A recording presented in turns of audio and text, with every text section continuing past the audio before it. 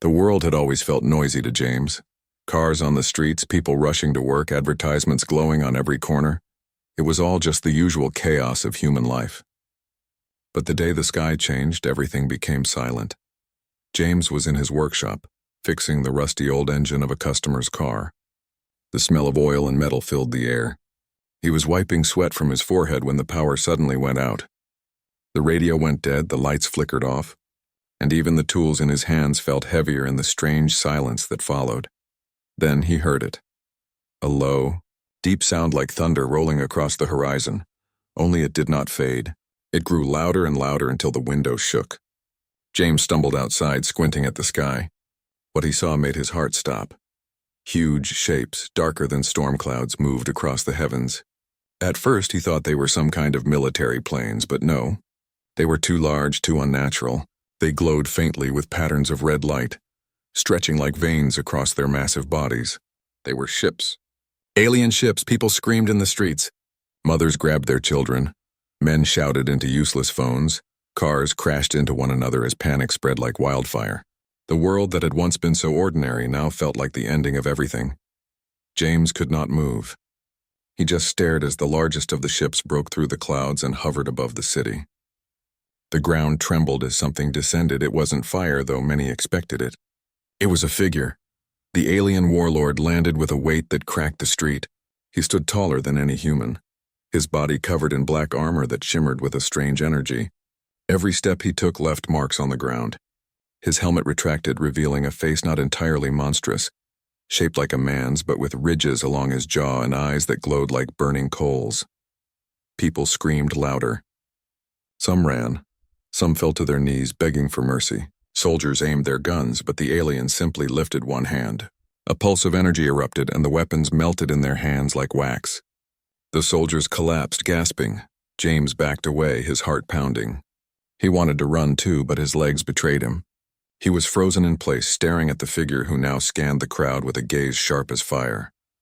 The alien warlord's voice came like thunder, vibrating through the air itself. Humans, you stand at the edge of your time. I am Korath, breaker of 12 systems, ruler of the endless void. Your world is mine now. His words cut through every ear, not in English, but in a voice that somehow all understood. It wasn't just speech. It was power pressing directly into their minds. People fell flat on their faces, terrified. Some shouted in anger, but most wept. James swallowed hard, trying to breathe. Then Korath's gaze locked on him.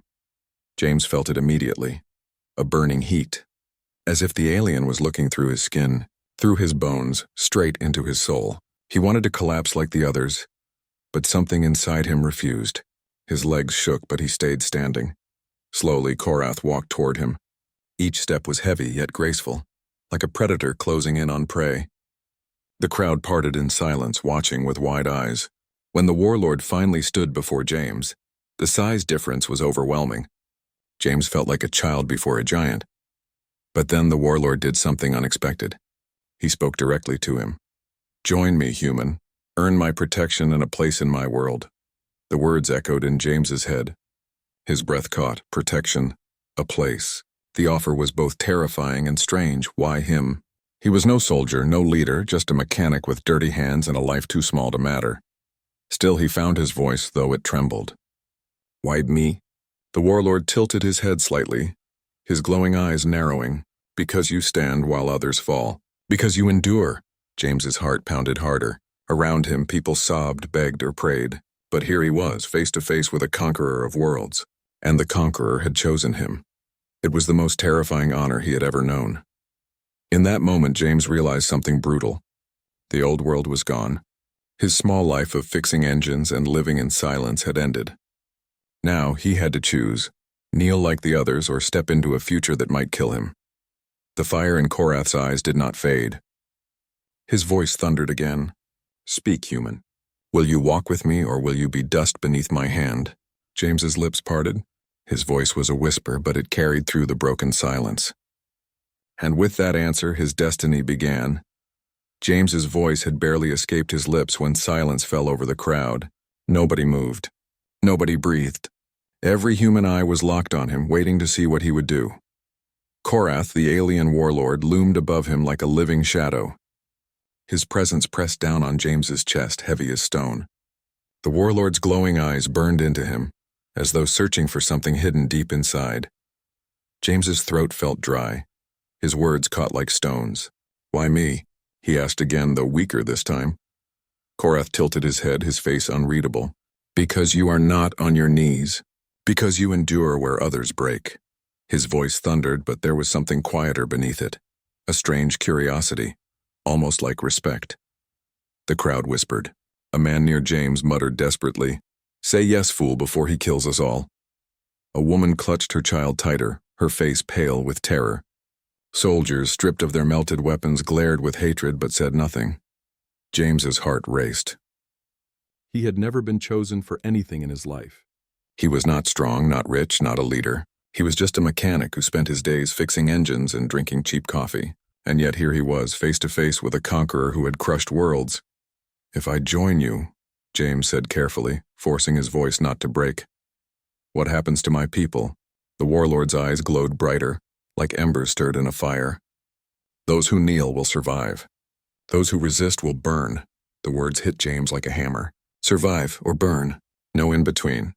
No freedom promised. Just life in chains or death in fire. He clenched his fists, anger and fear twisting inside him. Around him, humans sobbed. Some dropped fully to their knees, pressing their faces to the ground in submission. Others shouted curses, swearing they would never bow. The air was thick with despair and defiance, with hope and hopelessness crashing together like waves. James stood in the middle, torn apart. His mind screamed to refuse. His heart whispered to endure. He remembered his mother's voice from years ago, soft but strong. Survival isn't always surrender, James. Sometimes it's the first step to fight another day. The memory burned through him now. Maybe if he stood close to Korath, he could protect someone. Maybe he could learn something, change something, save at least a part of humanity. If he resisted here now, he would be nothing but ash in the street.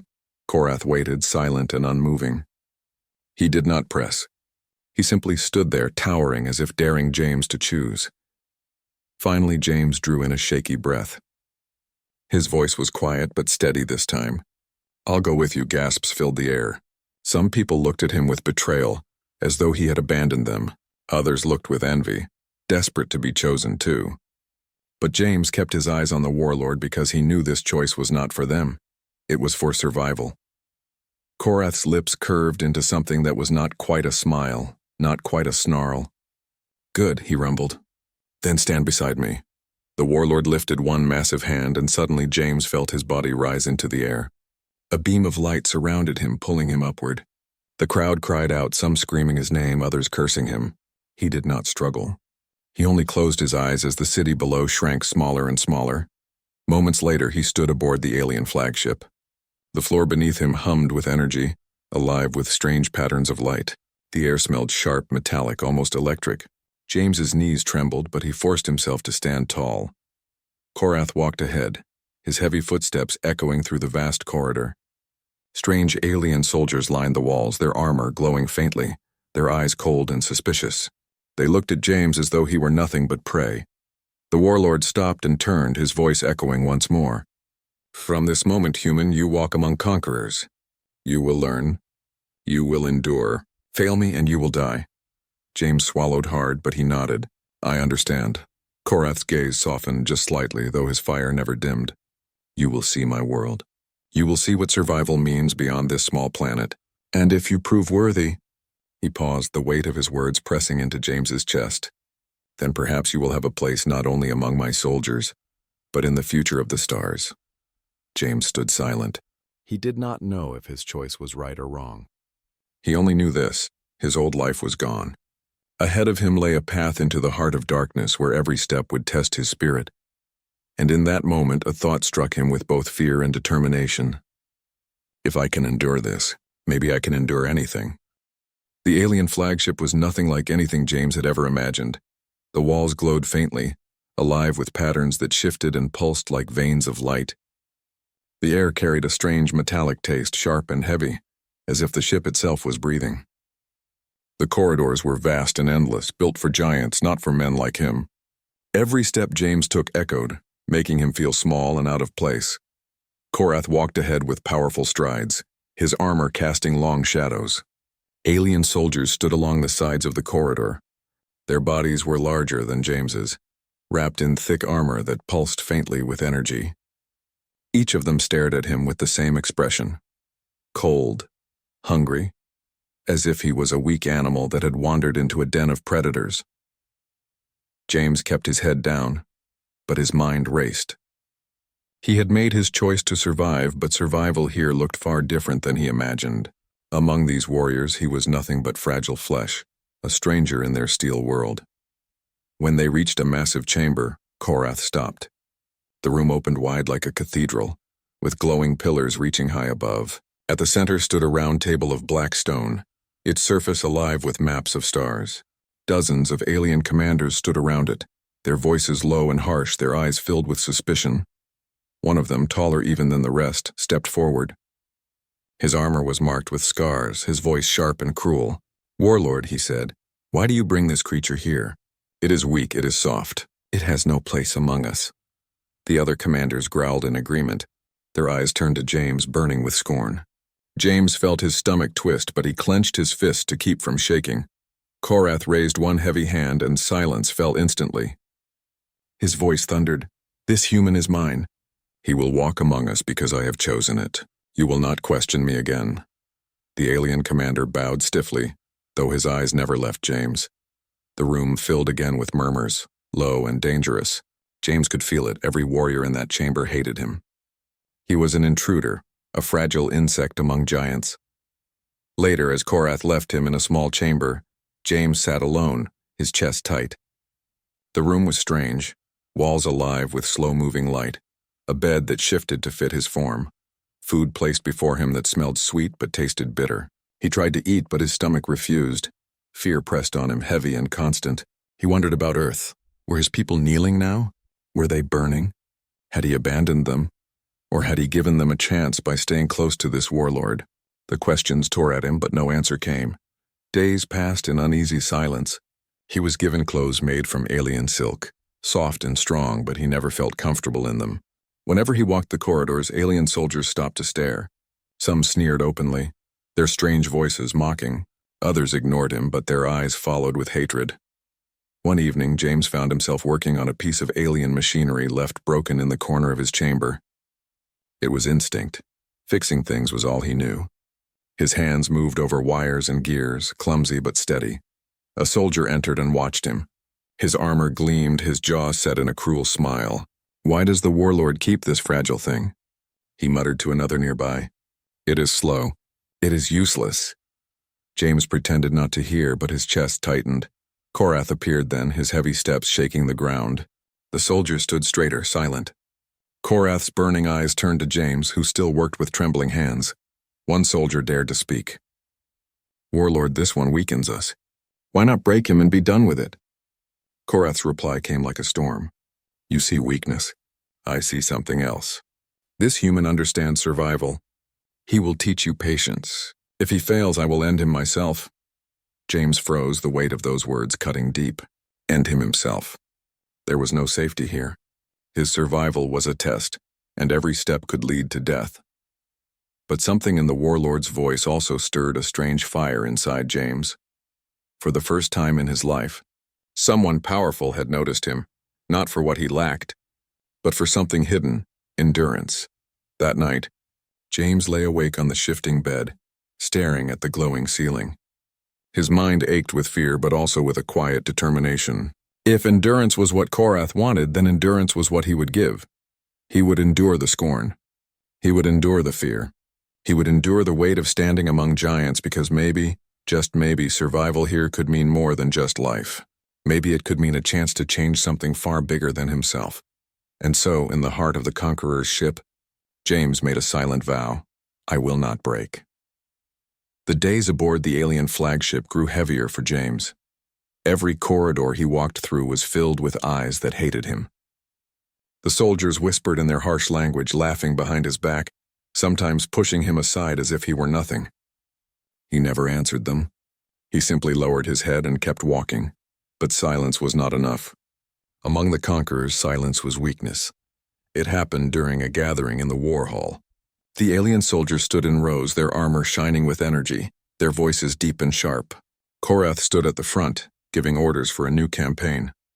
James was there too, standing quietly at the edge of the room, smaller than them all, like a shadow no one wanted. One of the warriors stepped forward. He was huge, with scars on his arms and a cruel grin on his face. His voice carried across the chamber. "Warlord, why do you keep this fragile human among us? He has no claws, no armor, no strength. He does not belong here." The crowd rumbled in agreement. Dozens of alien voices echoed the same thought. James felt the heat of their eyes burning into him, the weight of their scorn pressing down on his shoulders. Korath's gaze moved slowly to James. His voice rumbled like thunder. "Then let him prove himself." The soldier grinned wider. "Yes, a trial." James's stomach sank. A trial. He already knew what it meant. Among conquerors, trials were not small tests. They were life and death. The trial was set for the next day. The whole army gathered in a vast chamber filled with firelight and stone. At the center lay a path of burning coals, and beyond it a massive block of black stone. The challenge was simple: carry the stone across the burning ground without falling. The alien soldiers roared with laughter when James stepped forward. His body looked so small, so weak compared to theirs. Some shouted cruel words, others chanted for him to fail. James's hands trembled as he approached the stone. It was massive, bigger than his chest, heavy enough to crush him if it slipped. His heart pounded so loudly it drowned the noise of the crowd. Korath stood at the edge of the chamber, his eyes glowing with fire. His voice echoed above them all. "Endure, human, or be nothing." James bent down, wrapping his arms around the stone. The moment he lifted, pain exploded through his body. His legs shook, his back screamed, his arms burned. The stone felt like the weight of the world pressing down on him. The crowd cheered, not for him, but for his fall. They wanted to see him crushed. They wanted to see him fail. Step by step, James staggered forward. The ground beneath his bare feet was burning hot, each step like knives slicing his skin. He gritted his teeth, sweat pouring down his face. His vision blurred, but he kept moving. Memories rushed into his mind. His father's tired hands fixing engines late at night. His mother's voice telling him to survive, his own long, lonely nights wondering if his life even mattered. Every memory became a weight, but also a reason. Halfway across, his body gave out. He dropped to one knee, the stone crushing down on him. The crowd erupted with laughter. A soldier shouted, "See? Weak, break him now." James's arms trembled. He could barely breathe. His skin blistered from the burning ground. For a moment he thought about letting go, about ending it. But then, deep inside, something broke free. He heard his father's voice again. "Son, sometimes the only victory is not falling down when the world pushes you." James roared, not with strength, but with defiance. He forced his legs to move inch by inch. He lifted again, tears streaming down his face, and staggered forward. His body screamed for mercy, but his heart refused to stop. The crowd grew silent. The laughter died. The warriors who had mocked him now stared in disbelief as the fragile human dragged himself across the burning ground. Step after step he moved, bleeding, breaking, but never falling again. Finally, with the last of his strength, James reached the end. He dropped the stone onto the ground, collapsing beside it. His chest heaved, his skin raw and blistered, his hands torn open. But he was alive. The silence in the chamber was deep and heavy. Then Korath rose to his full height. His voice thundered, shaking the walls. "See him. He is human. He is mine." The crowd lowered their heads. None dared to laugh now. None dared to question. James lay on the ground, broken but breathing. For the first time, he felt the eyes of the warriors not as hatred, but as something different, respect. And in that moment, James realized something powerful. He had not been chosen for strength. He had been chosen for something greater, the will to endure. James's trial changed everything. The alien soldiers no longer mocked him so openly. They still looked at him with suspicion, but there was something new in their eyes now, something close to respect. He had endured where they thought he would break. He had carried the impossible stone across fire. That memory lived in their minds as a reminder. This human was not weak in spirit, but respect from the soldiers did not mean peace. James's body was broken. His hands were torn, his skin blistered, his muscles aching with every movement. The healers of Korath's army gave him strange medicines, thick glowing liquid that burned down his throat but sealed his wounds faster than human science ever could. Still, pain lingered. Every night James lay awake, staring at the glowing ceiling, asking himself the same question. Why am I here? One night, as the ship drifted in the endless void, James heard heavy steps outside his chamber. The door opened and Korath himself entered. His massive frame filled the room, his armor casting shadows like storm clouds.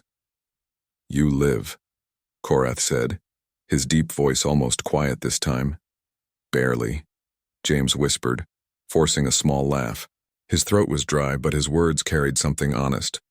Korath studied him for a long moment. His glowing eyes were less like fire now and more like embers, still burning but softer. The others did not believe you could endure. I told them you could. James shifted uncomfortably. Why? Why believe in me at all? You've crushed worlds. You've broken armies. What does one human matter to you? For a long time, Korath did not answer. He stood in silence, his gaze far away as if looking through time itself. Finally, his voice came, low and heavy. Because I know what it is to be small, to be weak, to be broken. James blinked in shock. Korath, the warlord feared across the stars, claiming weakness? The alien turned slightly, letting the light catch the scars along his armor and skin. Deep ridges cut across his jaw, his chest, his arms, marks from battles older than James could imagine. I was born on a world that ate its children. Only those who endured lived to see another dawn. I was not the strongest. I was not the fastest. But I endured, and now I endure still. For the first time, James saw not just the conqueror, but the man beneath the armor, a being forged by pain, shaped by endless survival. Korath's voice grew quieter, almost thoughtful. Every world resists me. They scream, they fight, they call me monster. Yet when I leave, they live. They kneel, but they live. Is survival not mercy? James's heart tightened. He thought of Earth, of the people on their knees, of the fire in the sky. He thought of freedom lost, of chains hidden behind the word mercy. Slowly he spoke. Survival without freedom is a chain. Living doesn't mean being alive. Korath's eyes narrowed, the fire flaring for a moment. James thought he had gone too far. But instead of striking him, the warlord asked a question.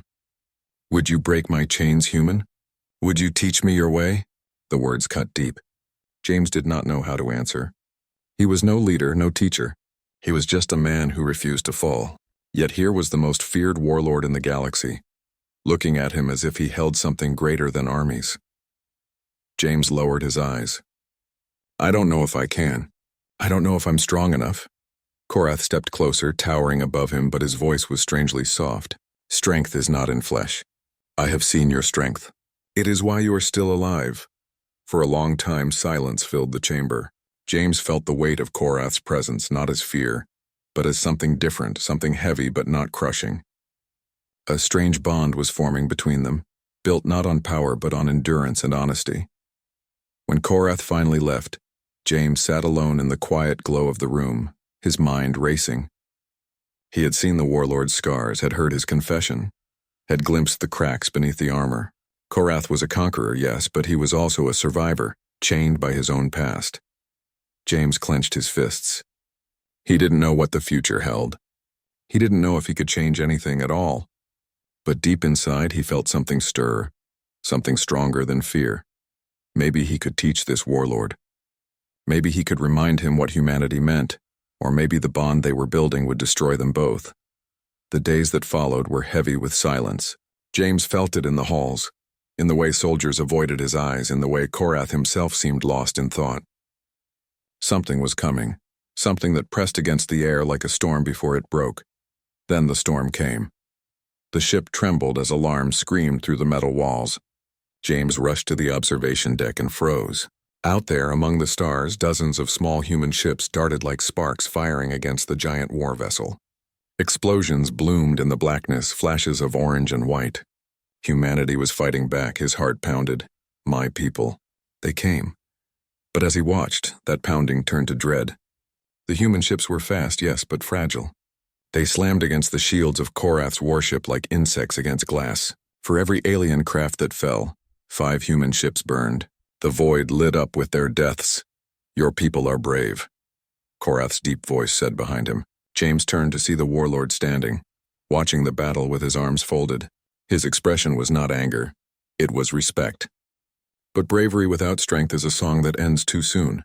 James's chest ached. You can stop this. You don't have to kill them. Korath's eyes glowed faintly. If I do not, they will kill me. They will kill all who follow me. Mercy has its price, human.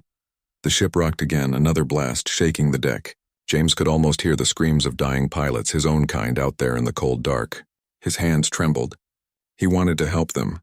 He wanted to shout, I'm one of you, don't fire on me. But he was trapped in the belly of the beast, standing beside the very monster they had come to destroy.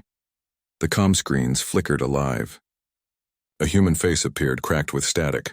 A commander in a scorched helmet, his voice harsh with desperation. To all survivors, press forward. We take the Warlord down tonight. The soldiers on the bridge hissed in anger, readying weapons, fingers dancing over controls. Korath raised one hand, steady and calm like a mountain that refused to bend. Hold, he commanded. They obeyed instantly. He looked at James. This is your choice. Speak, human. Are they enemies or brothers? James froze. The weight of it crushed his chest. His brothers were out there dying for freedom. But this warlord had shown him scars, had spoken of weakness, had treated him not as an insect but as a voice worth hearing. His throat burned as he whispered, They're my people, my family. Korath's gaze hardened, though his voice remained steady. Then know this, if they strike, I will strike back. And no chain, no bond between us will stop me. The battle raged. Human ships dove in close, unleashing desperate fire. One broke through the shields and slammed against the hull, rocking the warship violently. The lights flickered. For a heartbeat, James thought it was over. Korath barked an order. Alien cannons roared, hurling storms of energy into the void. Human ships shattered one after another, glowing like falling stars. James clutched the railing, his knuckles white, tears stinging his eyes. Stop! He shouted, his voice raw. You'll kill them all! But Korath only answered with fire. James's heart broke as he watched the last few ships scatter, retreating into the black. The battle was lost. Humanity had tried and failed. Their courage had been swallowed by Korath's might. The silence that followed was unbearable. Smoke drifted across the deck. The soldiers cheered, but James stood trembling, hollow, unable to breathe. He had seen his people die while he stood beside their enemy. Korath looked at him, and for the first time the warlord's voice held something like sorrow. Now you see, human. This is the truth of war. This is why I endure and why others fall. James's knees weakened. He wanted to scream, to curse, to fight, but instead he sank into himself, shaking. He had betrayed no one, yet he had betrayed everyone. That night he sat alone in his chamber, staring at the walls, unable to close his eyes. Every time he blinked, he saw fire. He saw faces. He saw the commander's voice cut off in static. Korath visited once, standing in the doorway, silent. For a long moment they just looked at each other, conqueror and human bound by something neither could name. Then Korath spoke. Do not hate me, James, hate the world that made me. James said nothing. He turned his face away. The bond between them had cracked, fragile as glass after a hammer's touch.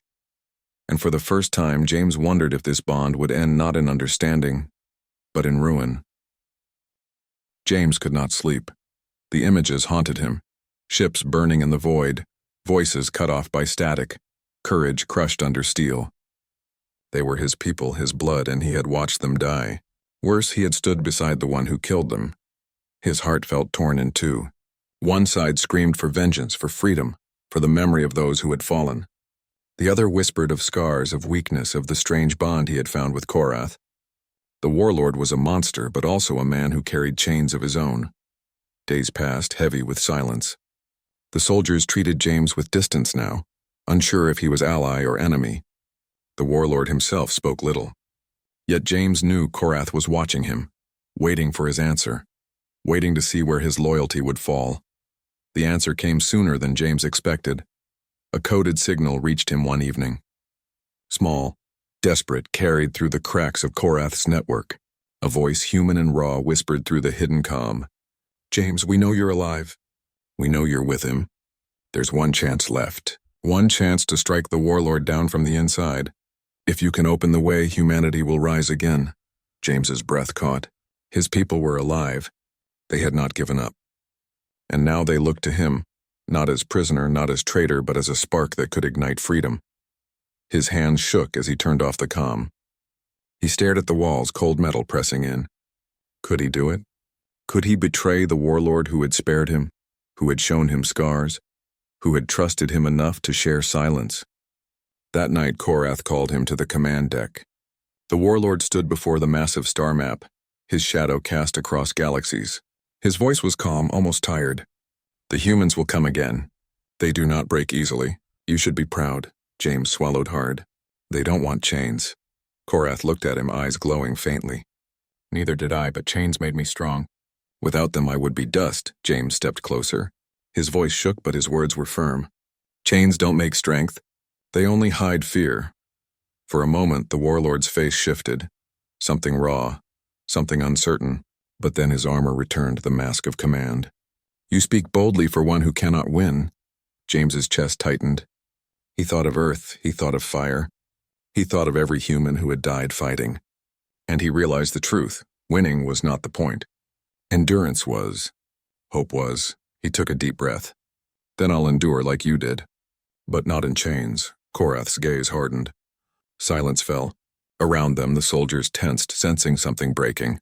And then the alarms rang again. Human ships, battered but unbroken, were coming back. The final battle had begun. Chaos filled the deck. Soldiers shouted. Weapons powered. Commands echoed like thunder. James's heart raced. This was his moment, the one chance his people had given him. His fingers hovered over the console, knowing that with a single act, he could open the shields, give humanity a path inside, strike the warlord down. He looked at Korath one last time. The alien stood tall, unflinching, his presence like stone. Yet in his eyes, James saw not fire, not fury, but something else, an unspoken question, almost a plea. Will you betray me too? James's chest ached. He wanted to scream.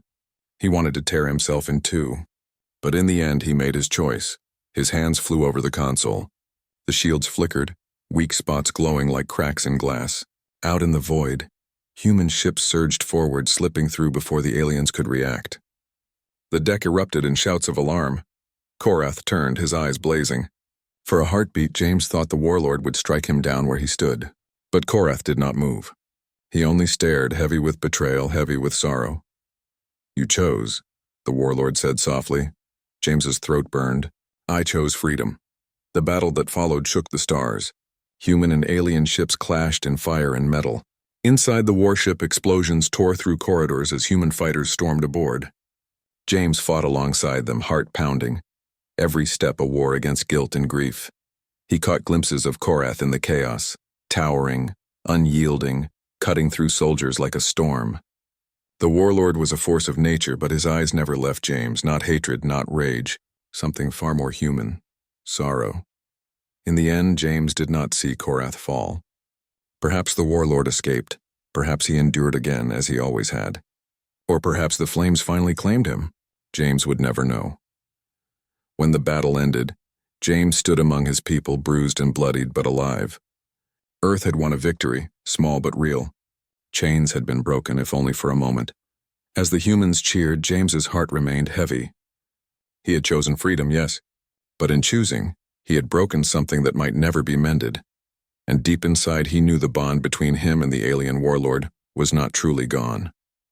It lingered like a scar that never healed, because sometimes even enemies can see themselves in each other, and sometimes that truth is the hardest chain of all.